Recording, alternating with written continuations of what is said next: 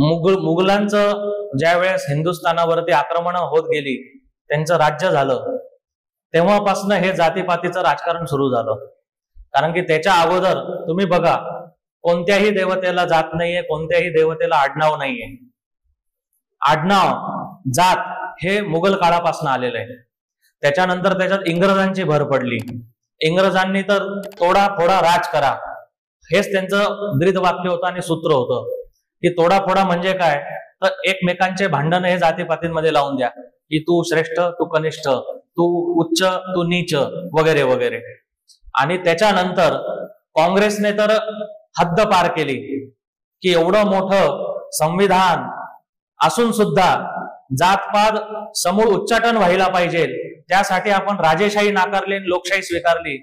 पण उलट झालं, ते राज्यकर्त्यांमुळे उलट झालं. काँग्रेसचं हे महापाप आहे. कारण की ज्यावेळेस भारत स्वातंत्र्य झाला 1947 साली, त्यावेळेस भारतामध्ये एक 1600 का 1800 जाती रजिस्टर होत्या.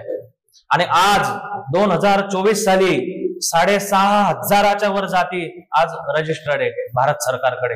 मग जाती वाढल्या का कमी झाल्या? आणि लोकशाही आपण का स्वीकारली?